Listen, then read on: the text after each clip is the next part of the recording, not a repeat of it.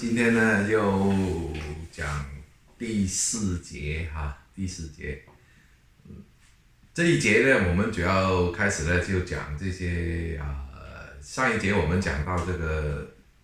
哈德逊湾公司怎么样开拓北美洲的这个皮草贸易市场。那这些皮草贸易市场呢，也不是这么简单的，也不是这么容易可以开拓出来的。他就要靠很多富有冒险精神的这种探险家啊，所以呢，早期来的欧洲人呢，他是非常值得我们尊敬的，因为他们有很强烈的，你不管他的那个动机是如何，当然是为钱了哈。我们他们都是为钱，为了赚钱，但是呢，他这种精神是很可贵的，他是勇于开拓啊，冒险精神。那我们上一次那个哈德逊湾那一章呢，我们曾经讲过这个皮草贸易从欧洲运过来呢是非常不容易，他们一般要2年时间才运到这个原住民的手上。那今天我们就讲这个几位这个著名的探险，今天先讲第一位就是这个 Alexander Mackenzie 亚历山大麦肯齐这一位探险家他是怎么样开拓这个皮草贸易这个市场的这个交易的区域的他欧洲人呢是先呢就是开发这个叫Lake Athabasca 那个地方这个名字大家一定要记住如果来过加拿大的朋友呢都会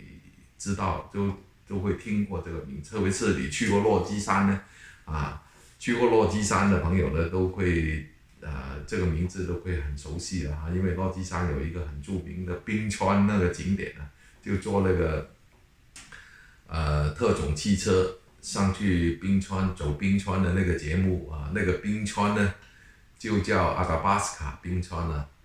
还有 Jasper 那里还有一个瀑布叫阿达巴斯卡瀑布也是叫这个其实这个阿达巴斯卡这个名字呢是不在那个落基山脉这个地方的，是在Manitoba 那个中部就在加拿大的中部的有一个湖，那个湖叫 Lake Athabasca Lake Athabasca 是什么意思呢？是原住民的一个词原住民的这个是原住民的意思呢，就是好像说是水草丰盛的地方这个水草非常之丰盛，那可想而知的那个地方是水草很丰盛的那里只有那个地方呢是有人口的，所以当年呢他们是先把东西运到那个阿特巴斯卡这边呢就往西开拓了西开拓了那些皮草贸易商人呢就拿着这些货物从阿特巴斯卡这里出发，到处寻找这些做贸易的机会，往西走他主要是往西边走到处找那些原住民交易回来的那些皮草呢又运到这个阿特巴斯卡这个地方。那刚好欧洲的那个运输队呢把东西运过来以后呢，又可以把这些皮草呢就是运输队呢又带回去欧洲那下一船呢也是这样，货物来了以后，这里就拿皮草把货物卸在这个阿拉巴斯卡这个地方，完了以后呢，又把这个皮草呢带回去欧洲。那这边呢这些皮草贸易商人就从这个阿拉巴斯卡，就加拿大中部这个地方呢，拿了这个货物就直接带到这个原住民那里，再从原住民那里收购这个皮草。这等于是一个中转站，这个阿特巴斯卡是一个中转站那样的意思了这就是一个，因为它的地理位置就在加拿大的中部，所以呢那其中呢有一个探险家呢很有名的这个叫 Alexander Mackenzie 亚历山大麦肯齐，他有名在什么地方呢？他是加拿大第一个欧洲人呢从陆地从东岸走到西海岸，就从太平洋一路走到大西洋他是第一人所以呢就有他的历史地位在那里所以我们下面也是请水哥呢帮我们讲一讲听一听我这个书是怎么写的。落基山史记，作者介庸，出版发行加拿大华人历史研究学会。第1章，新域探索。第4节，麦肯齐横穿北美洲大陆第一人。亚历山大·麦肯齐1764年出生于一个苏格兰商人的家庭，他的爸爸原来是一个军人，后来成为了一名商人。祖父是苏格兰贵族费尔本·6世莱尔德的弟弟。1773年，他的妈妈在苏格兰去世。1774年，他父亲和叔叔带着小麦肯齐离开苏格兰到纽约生活。1776年，美国爆发了独立战争，他的父亲和叔叔都要恢复军事任务，加入英军纽约皇家军团。1778年，他父亲为了孩子的安全，把小麦肯齐送到蒙特利尔，在2个阿姨的陪同下成长。麦肯齐在蒙特利尔读书。1779年传来了父亲去世的消息，麦肯齐悲痛欲绝，他离开学校进入芬莱格雷格里皮毛贸易公司当学徒。这是一家在蒙特利尔最有影响力的皮毛贸易公司。麦肯齐开始学习做生意，接受相关商业的训练。1787年，该公司与西北公司合并，业务范围从蒙特利尔扩大到整个西北地区。1788年，麦肯齐作为西北公司的代表，被派到阿萨巴斯卡湖地区工作。他负责接替西北公司合伙人皮特潘的职务。在皮特潘那里了解到，当地原住民告诉他们，这里附近的河流全部都是流向西北方向。根据这一信息，他试图寻找一条从陆路到太平洋的通道。1789年7月，他带着几个原住民向导，开始向麦肯齐河独木舟探险之旅。当他们走到这条河的尽头，到达的却是北冰洋，只能无功而返，因为没有按照他原来的设想到达阿拉斯加的库克海湾。他把这条河的名字命名为失望之河，今天称麦肯齐河。麦肯齐总结了这次失败的原因，是由于自己的地理知识不足，策划准备工作没有做好。1791年，他专程回到英国，在英国开始学习研究经纬度的测量、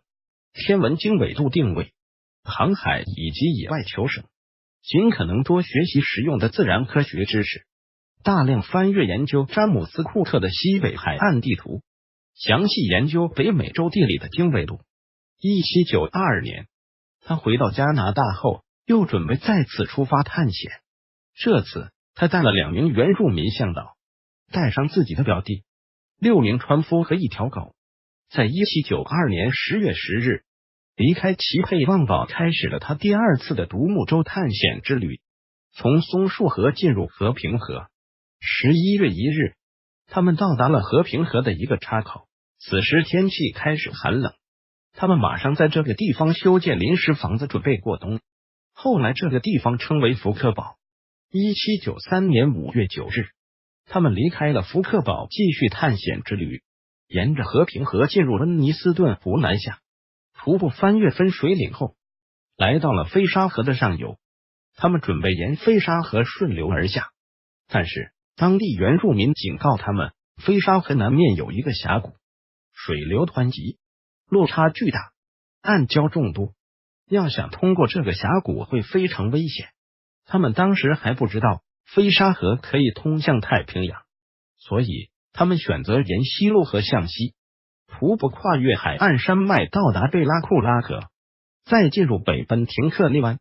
然后出太平洋，终于完成了这次探险壮举。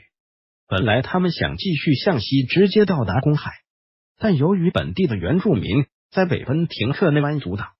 他们的船被原住民的战船所包围，没有办法通过。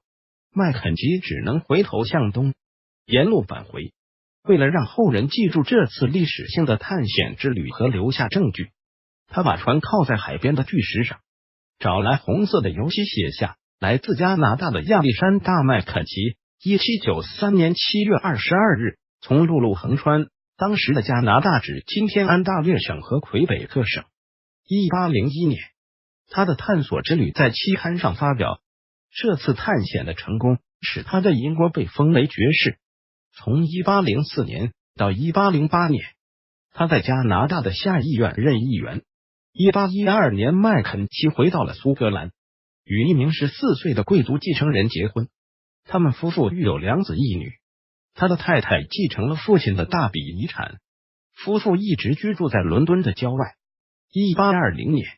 麦肯齐突发急性肾炎去世，终年56岁。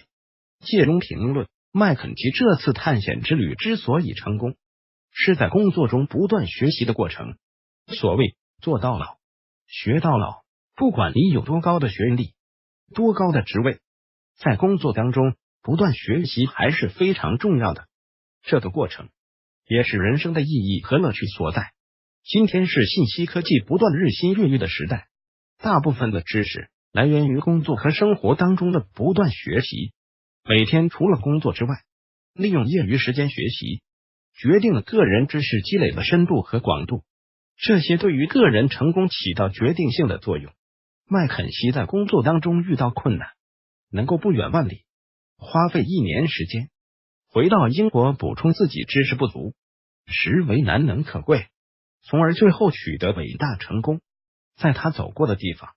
时至今日依然是山明水秀、风景宜人的自然景观，到处都留下很多有关麦肯锡的历史文化景点，值得一游。